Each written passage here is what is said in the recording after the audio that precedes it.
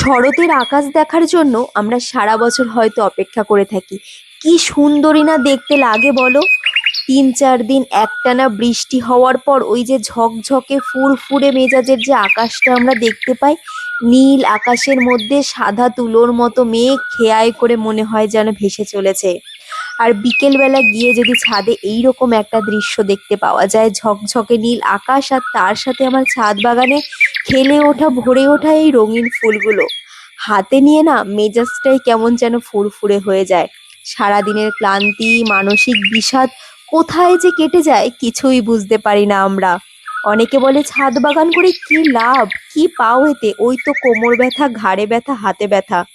যারা ভালোবাসি, যারা করি, তারাই এটার মর্ম বুঝি। সব ক্লান্তি ঘানি সব আমরা ভুলে যাই। তো চলো, আজকের ভিডিওটা তোমাদের সাথে এইটুকুই শেয়ার করলাম। দেখা হবে পরের ভিডিওতে।